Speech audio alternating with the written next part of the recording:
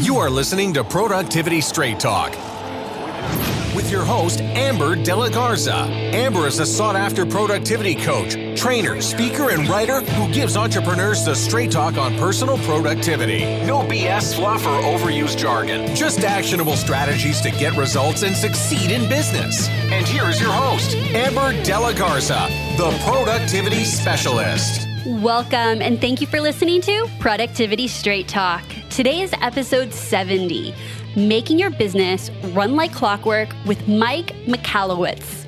If you are an entrepreneur who wants actionable solutions to maximize profits, reduce stress, and make time for what matters most, then you're in the right place, and I'm so glad you've joined me.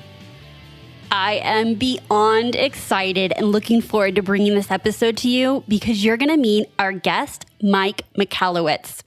Now, I will give you his official bio in a moment, but I've got to share with you a little behind the scenes and why I wanted him on the show. Okay, I initially was turned on to Mike Michalowicz by a podcast episode on Biz Chicks, where he was talking about his book, Profit First. So I bought the book, I bought the audiobook, and I listened to it. And this was in 2016 towards the end.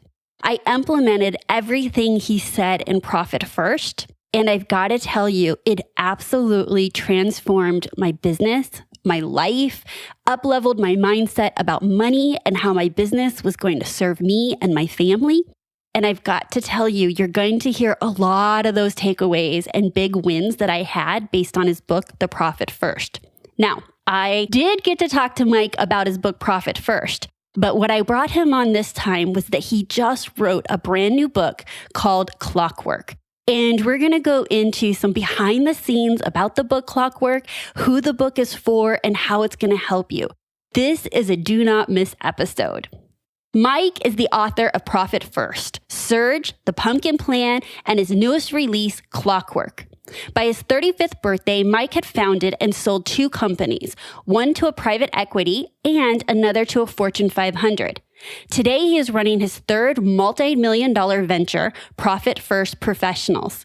Mike is a former small business columnist for the Wall Street Journal and the former business makeover specialist on MSNBC. Over the years, Mike has traveled the globe speaking with thousands of entrepreneurs and is here today to share the best of what he has learned. When listening in on my conversation with Mike, you will discover the necessity of your business being able to run itself in your absence, how a digital disconnect may be just what the doctor ordered, or your business, how serving your business's QBR's role can turn your business around, why you need to start planning for your exit strategy now, and so much more. So let's dive right in and meet Mike. Hey, Mike. Welcome to Productivity Straight Talk. How are you doing today? I'm doing well, Amber. Thank you so much for having me. Oh, it is my pleasure. I know we did a little pre-chat. I've got to tell my audience a little bit about why I have you here, and then I'm going to let you tell them about yourself in your own words.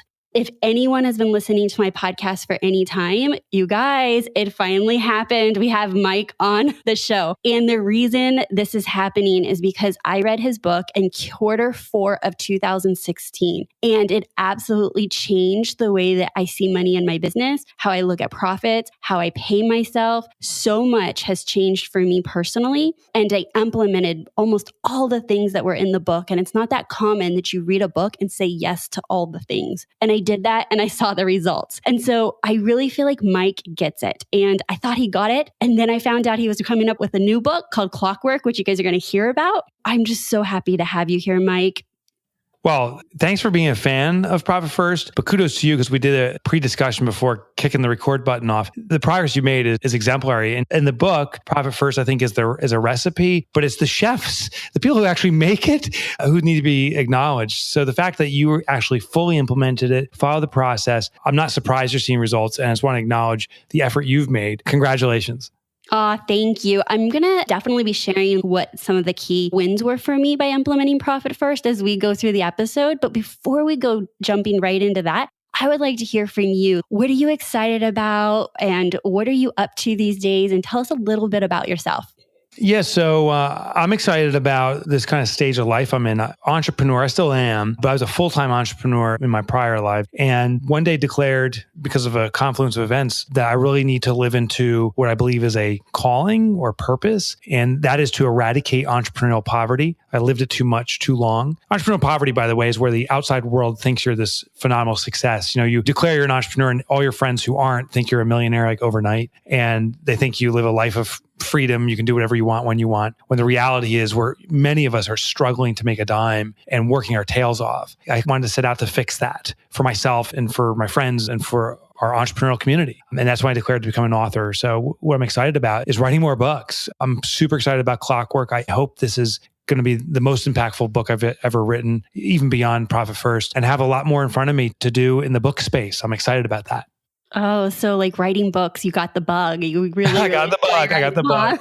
Yeah. Okay. That's great. Your comment about once you declare you're an entrepreneur, what everyone else's perspective of that is. And I don't think you could have been any more accurate than that. And there's examples everywhere. Like as soon as you claim you're a business owner and entrepreneur, it's like, oh, it gets quiet when the check comes. Like people think, okay. Yeah, you're going to pick it up, right? Owner, like they got the check. There's so many examples of that, right? Yeah. And I think the trap too is then we have to feign that is the reality. So the check comes and everyone kind of looks at us and we're like, yeah, I really should. And it's a battle with our ego in reality, is that we feel to some degree we have to act as if. And so we have to put on this air of success and we justify it. Like, I need an expensive car so that customers think I'm successful, so they want to do business with me. I need the nice office. I need this. I need that. And it actually starts this downward financial spiral. So it's a weird dichotomy of reality versus this fictional space that some of us find ourselves stuck in. That's where I found myself stuck. Right. I agree. One of the biggest takeaways that I got from the book was, and I don't know even if you explicitly said it now, thinking back, when you read a good book, it's sometimes the thoughts that you have because the author made you think. And I will say that for me, I had realized that I created a new standard for myself, that it was non-negotiable, that I take a salary that I'm worth out of my business. And when I made that stance, I have never missed a paycheck yet. I love that. I love it. I do a lot of public speaking on Profit First. And I will, in most of my presentations, ask the audience just to raise their hands if they have employees. And usually 90% of the audience will have some form of employee, part-time or virtual assistant, and some have bigger businesses. And I'll pick on someone from the audience and say, would you mind sharing how many employees you have? And they say, 5, 10, 2, 100. And then I say, would you mind sharing just the first name of who you feel is your best employee? And it's interesting, they always name someone other than themselves. And I say, right now, I got to call BS on this. Susie Q is not the best employee. It's you, Amber, because you have the drive and the commitment that is unmatched by any other employee. You'll sacrifice time with your family or friends or loved ones just to make sure the business is sustainable. You'll sell better than anyone else and you'll service better than anyone else. And you'll do all these things at times for no money. That's the definition of the greatest employee ever. If you would do that same stuff for my office for no money, I would die to have you, but you would never come because your business has scored the best employee. So we need to realize that, and we need to start treating ourselves that way, because that person that we say is the best employee who's not Susie Q, if Susie Q says, I need a raise or I need more time off, we'll find a way to make it happen because we've defined her as the best employee. When we realize we're the best employee, we also realize we can never compromise our compensation. We must pay ourselves the best because we are the best. Yes. So my little story around that is that I had my first part-time employee. And at the end of the year, when I did taxes, I realized at her working between 10 and 15 hours a week, she made way more money than I did. That was the stark reality of the fact that if you really literally counted what I took from the business, or like the paycheck I took out of the business early on, I was paying a part-time administrative assistant more than I got paid. Yeah, that's a punch. Yeah, it was. Yeah, and I've lived that too.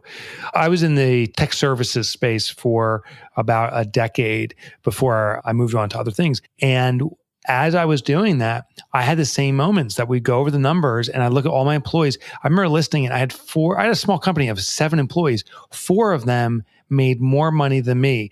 And the 3 people who made less than me were part-time interns.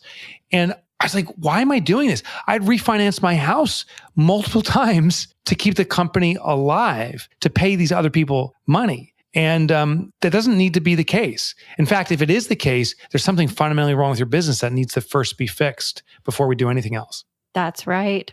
So the connection for me on this mindset about profitability and productivity was that, like you were saying, what other employee is going to work if they need to? And let's just be honest, even the most productive people put in long days and work the very hardest in their business as the business owner. How do you keep showing up with that commitment and to do your best and to work your best when you're not truly underlyingly valuing yourself? And so I found it at odds and realized that was something for me that absolutely needed to be fixed as I was teaching productivity. And now I talk to every one of my clients about is that fundamentally you have to value yourself so that you value your time, so that you value that you want to show up and that you're not thinking, why am I doing this? Because when those things start creeping in, then you start negotiating with the actual tasks that need to get done to grow your business. And so it's this vicious cycle. And for me, it was a huge shift connecting those two, the money mindset with the productivity mindset.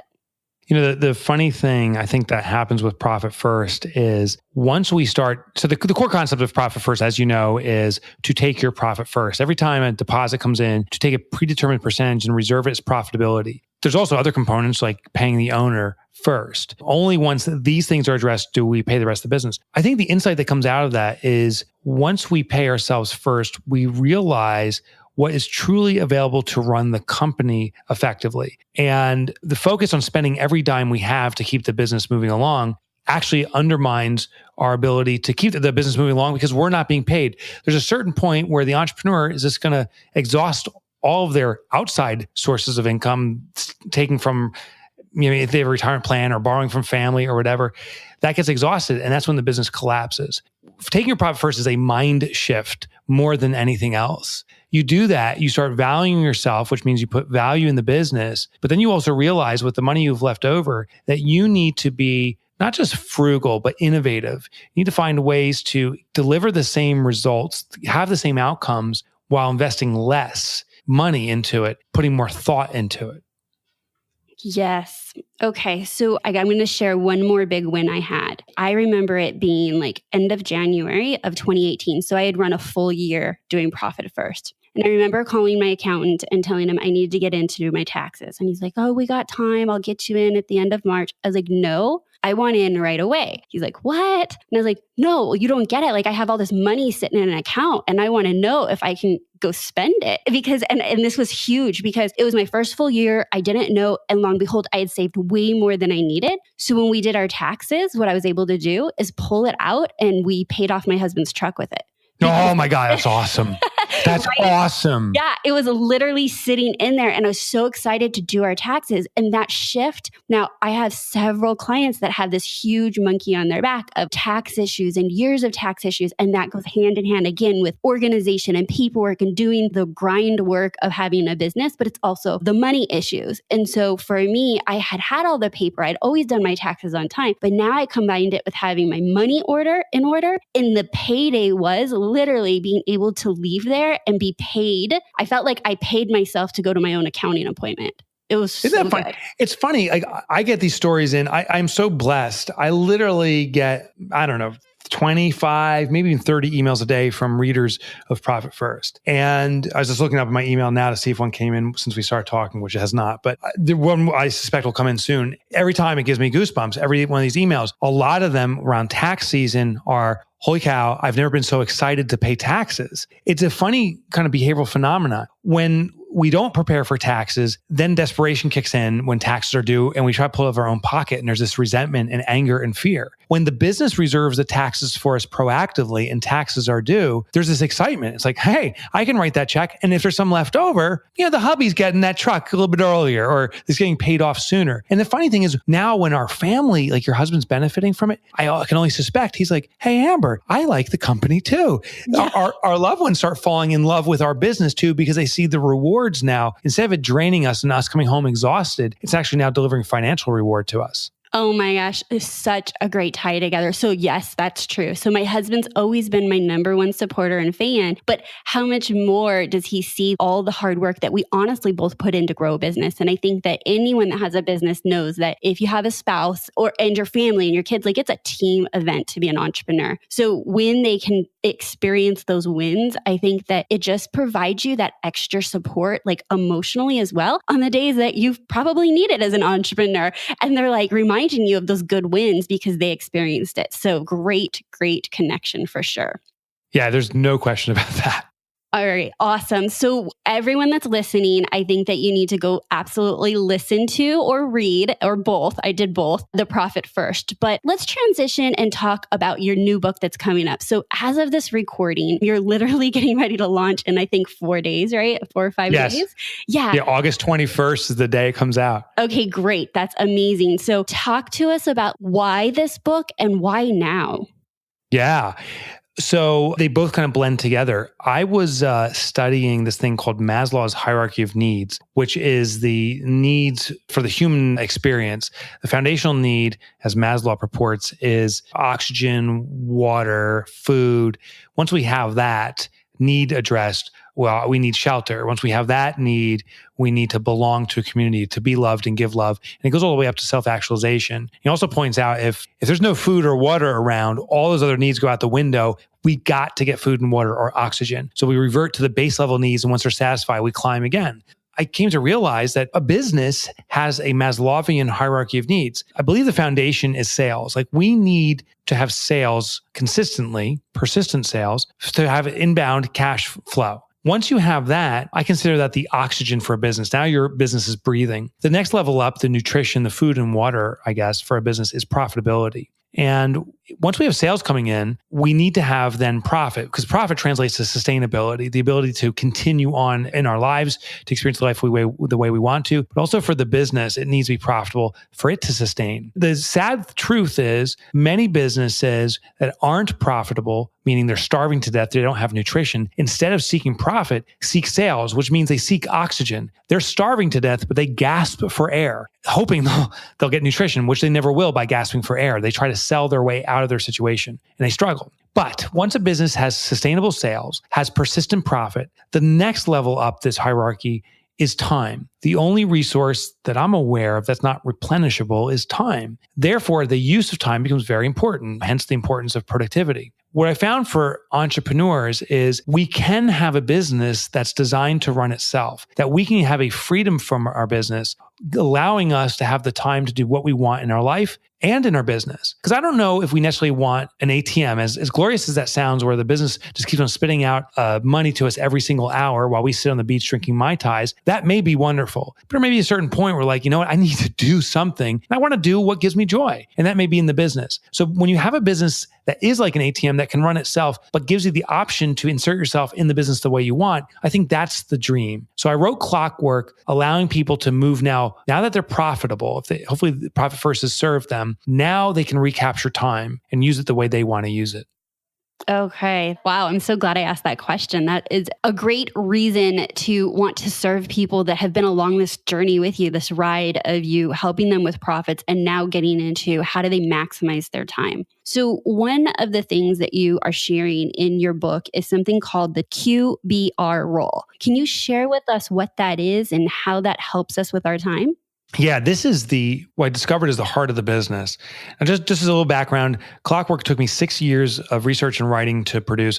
In fact, halfway through, the hypothesis I was running on and wasn't working. So I actually had throughout the entire manuscript, which was like taking a knife and stabbing it in my heart and twisting it. I mean, it sucked. But I threw out the entire manuscript and started again. That's when I came across this concept of the QBR. Before this, I was looking to find what is the common thread between all businesses that make them efficient, and really couldn't find it. I found businesses that had their own approach, but it wasn't something that translated to other companies. Then I found beehives. And here's what I found was so fascinating about beehives. They are perhaps the most efficient organization in the world. And many of us witness this. You see a bee flying around one day, the next day there's this massive beehive. How do they grow that so quickly? Well, what it is by following a very simple system defined by the QBR. It stands for queen bee role. What happens is every bee in the beehive knows they have a 2-sequence responsibility. The first job they have is to protect and serve the queen bee role. In the beehive, the most critical role is the laying of eggs. The survivability and ultimately the thrivability of a beehive is dependent upon its ability to produce eggs. So the role of laying eggs is the most critical. Now, it's served by the queen bee, hence it's the queen bee role. I am not suggesting the queen bee is the most important bee.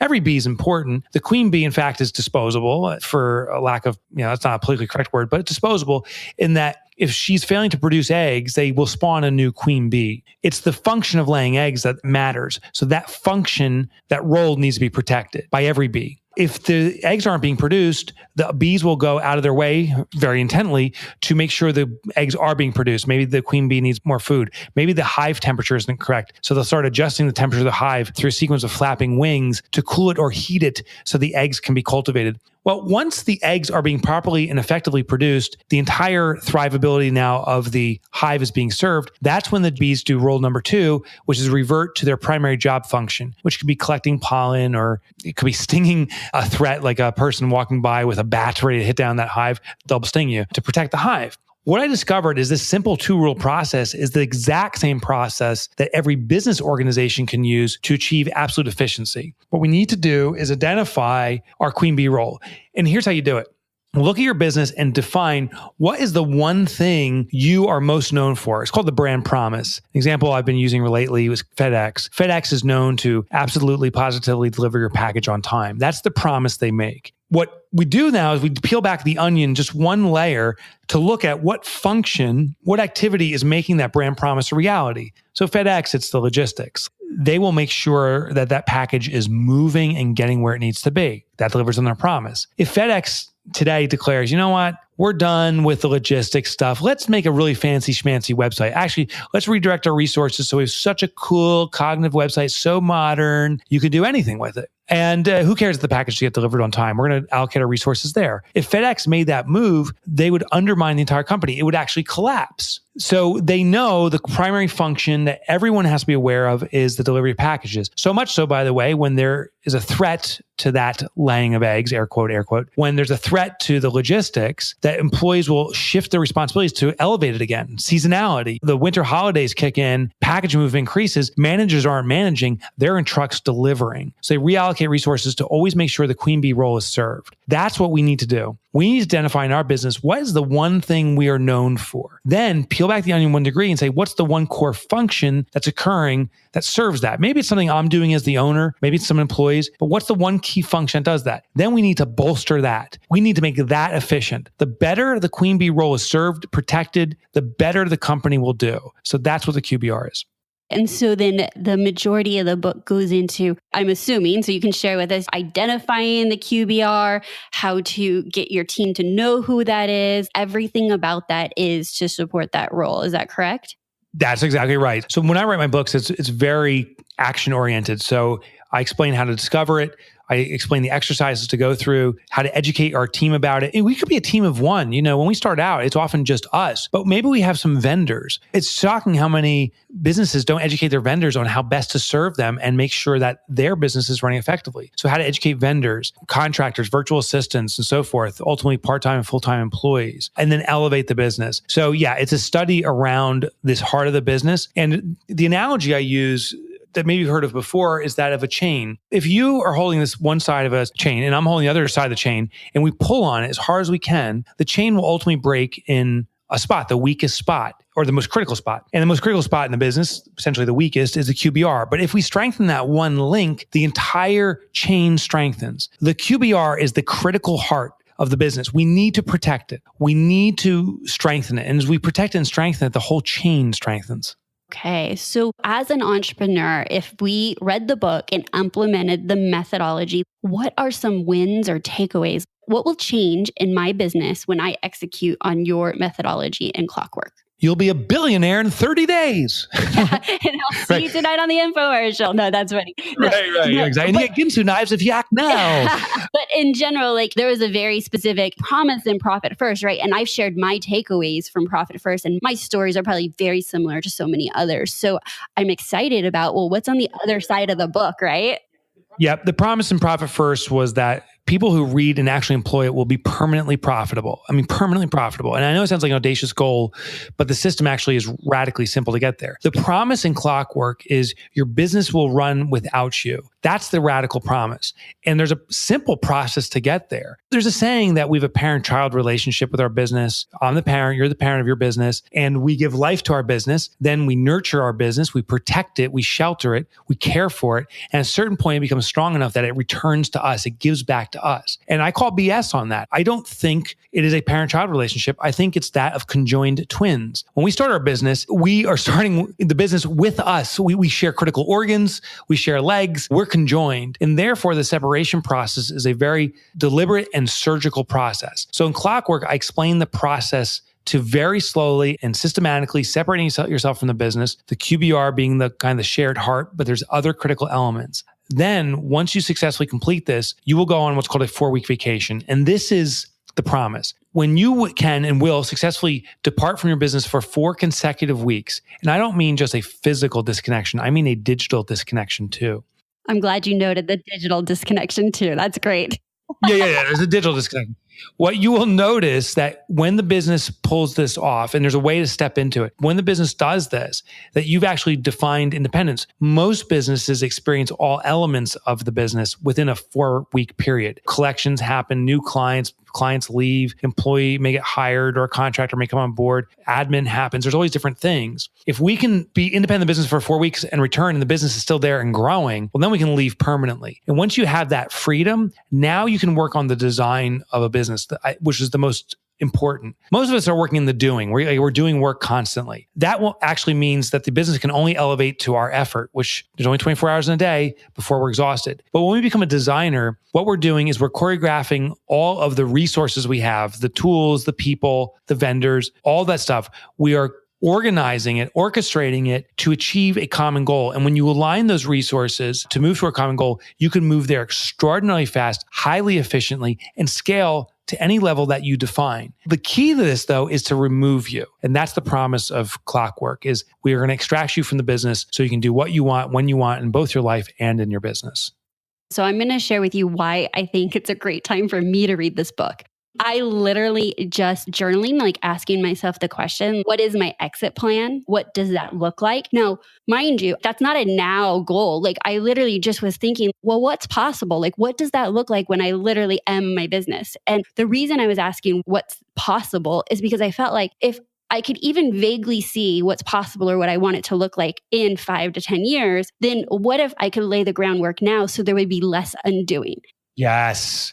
Your like analogy that you gave about the conjoining twins, I'm like, oh my gosh, sometimes we build businesses where we intertwine them much more than they need to be or complicated or make it messier. And so maybe by reading this book now and having a vague idea of what I want it to look like in the future, I could be literally laying the groundwork, even if I'm not ready to be out of my business.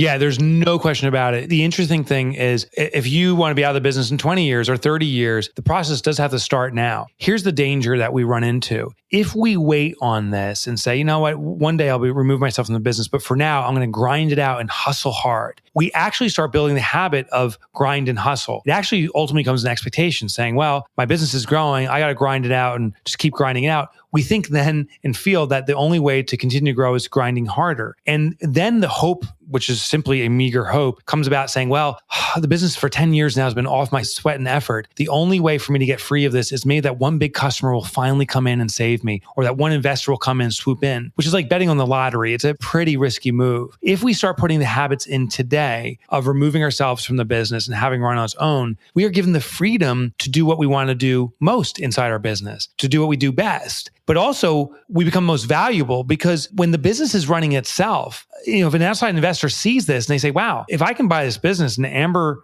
I don't need Amber there. I'm not at risk. If Amber decides, you know what, I'm not interested in working anymore, I'm going to the beach and drinking margaritas, that doesn't matter to the buyer. So you effectively hire much higher value. But the also thing is you're protecting yourself. If something happens that requires you to step out of the office for a week or a month or longer, most businesses that are hinged on the effort of the owner, the business stops. The financial consequences when problems happen are dire because we're conjoined twins. If we can separate or start working on separating now you have the freedom and flexibility to roll with life's punches.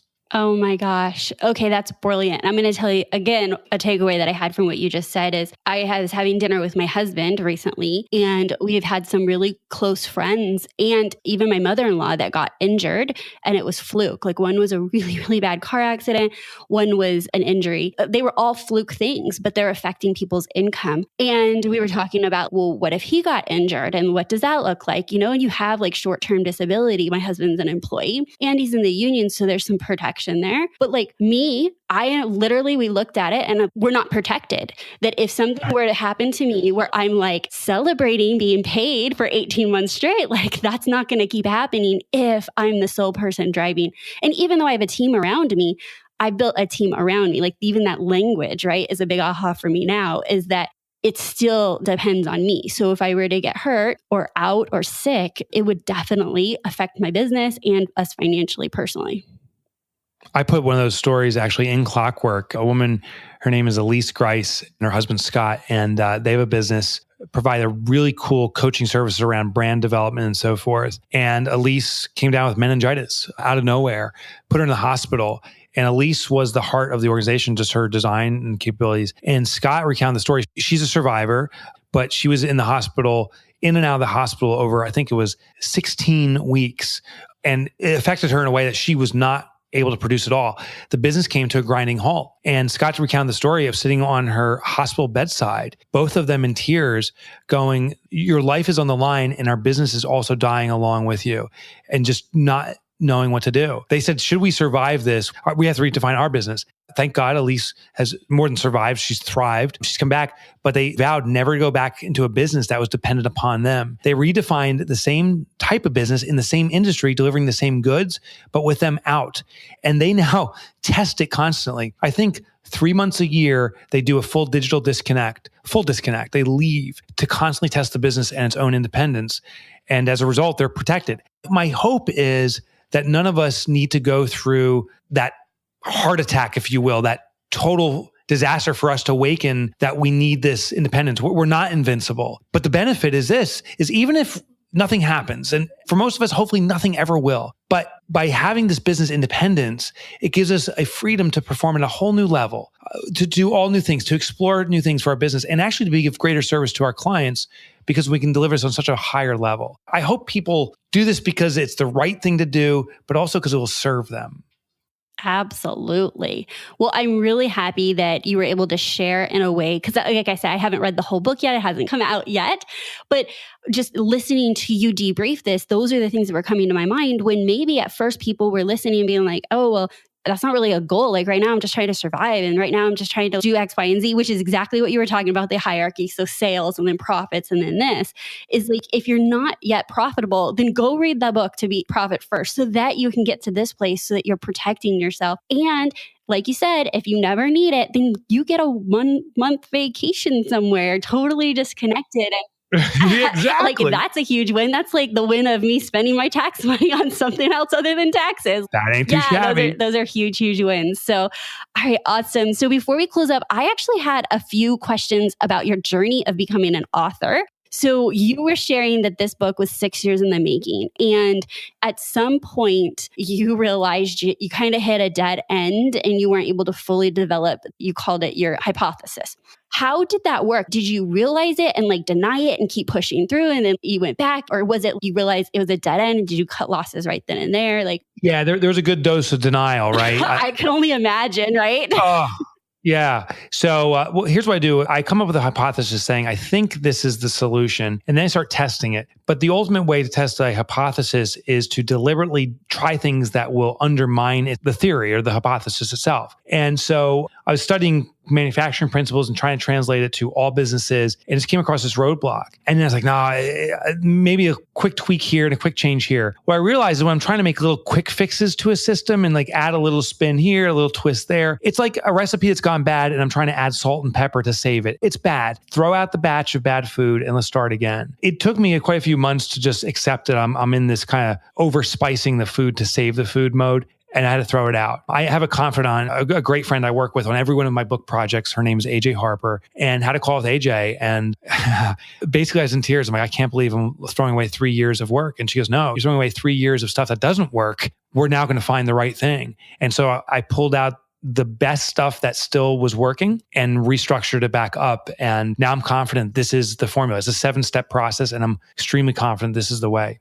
That is amazing. And I actually love hearing the due diligence and the work that you put into creating this, because there's going to be so many people that are going to reap that benefits. But I can tell, and just because of the research I've done and just being in your world a little bit as a user and as a reader at Profit First, is like, I can tell you have heart for the entrepreneur. I resonated with that because that's really how I started as well, is just a huge passion for wanting to help these business owners that were overwhelmed and at a time and not wanting them to give up on themselves and their businesses. Like, that's what really motivated me. And then reading more about you, I realized that's exactly what motivates you.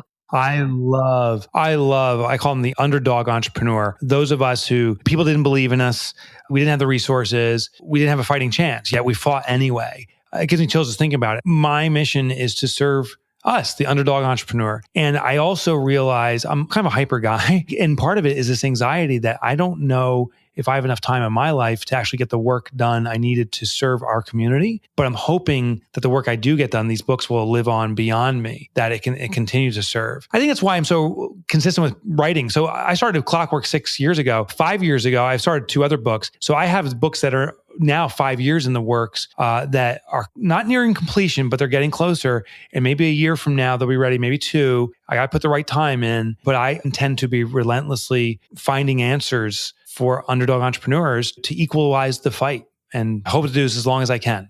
Amazing. I think that is a really, really great way to end today. Now, when our listeners want to find out more about you, because I know they will, where can they do that? And where can they get your book that will be released by the time this episode goes out?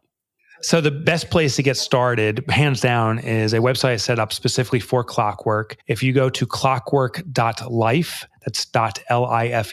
On that website, I have set up tons of resources. The most I've ever invested effort-wise in developing content that supplements a book. There's videos and stuff. I even made a quick start guide, a one-page sheet you can pin above your desk and follow along over this period of time to build this business independence. And the book, it's available at Amazon and Barnes & Noble's, every bookstore. It's in airports. I would suggest go to Amazon because that's where the best price is, hands down. So why not be frugal and find your copy on Amazon? All right, awesome. And we'll have all the links to everything in the show notes on this episode. Mike, thank you so much for investing your time on the Productivity Straight Talk show, but really having a genuine conversation with me. I was so looking forward to this conversation, and I'm so happy we were able to make it happen. Oh, Amber, thank you so much for having me. It's a joy to know you. Thank you for listening. I am so happy that you got to listen in on my conversation with Mike. I felt like it was such an honor to be able to talk to him and share with him the big wins that I have experienced based on his book, Profit First. And I am so excited to be jumping in 2 feet into his newest book, Clockwork. And I hope you do the same thing. You can find his book over in Amazon, as he said, or I have a link directly from the show notes at theproductivityspecialist.com/070.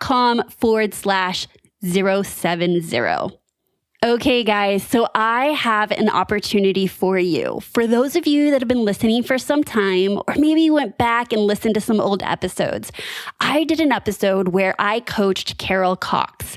And I did it kind of as a trial because she reached out to me and asked, hey, do you want to do on-air coaching? Because I would love to be your first person.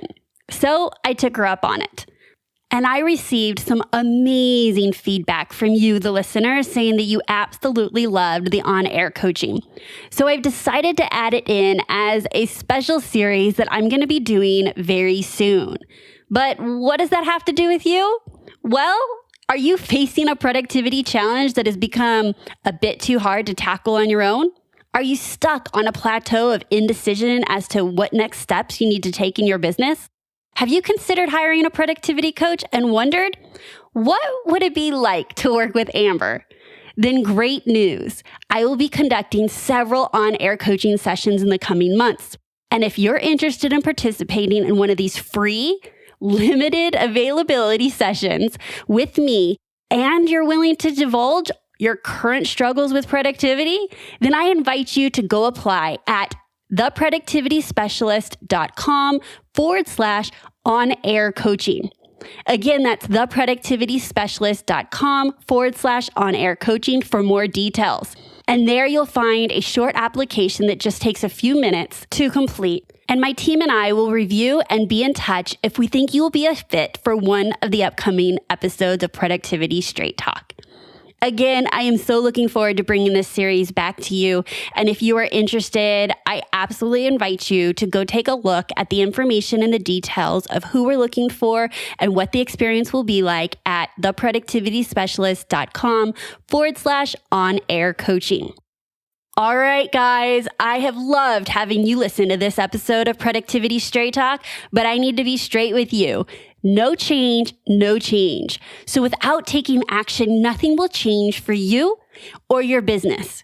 So based on what you heard today and based on my conversation with Mike, what will you take action on? Is there anything that truly hit home to you that was a aha or a takeaway? I encourage you to make a plan to take action so that you can see the results in your business and life. And I would love it if you would like to share your actionables and receive guidance from other entrepreneurs just like you. And you can do that by posting it inside the Productivity Straight Talk Facebook group. And for those of you that are already Productivity Straight Talk insiders, what are you waiting for? Head on over and let me know, what did you think about today's episode? Did you go get the book? Are you going to go read Profit first or Clockwork first? I would love to hear. And if you're not a member, you can join us by going to productivitycommunity.com. And I also want to thank you very much for leaving me some great reviews. I got to tell you, the work that it takes to produce these podcasts is, well, a lot of work. And I absolutely love it. But one of the things that keeps me going is hearing from listeners like you about how it's impacting your business and life. Because at the end of the day, that's exactly why I do this. I do this because I have a true passion for helping entrepreneurs get the most out of their business and life. So if this podcast has helped you do so, I would encourage you to leave me a review over on iTunes or wherever you listen to Productivity Straight Talk. And thank you for sharing Productivity Straight Talk. I have a special thank you for Dr. Maggie Dominguez, who recently said, Amber's podcast is wonderful. I have been teaching college-level time management, critical thinking, and productivity for 15 years, and I learn something new from Amber's podcast each time I listen. Either she reminds me of critical content that we always need to remember, or a new way to implement something. I highly recommend this podcast to all. Thank you so much, Dr. Maggie Dominguez. So that's my straight talk for you today, and until next time, have a productive week.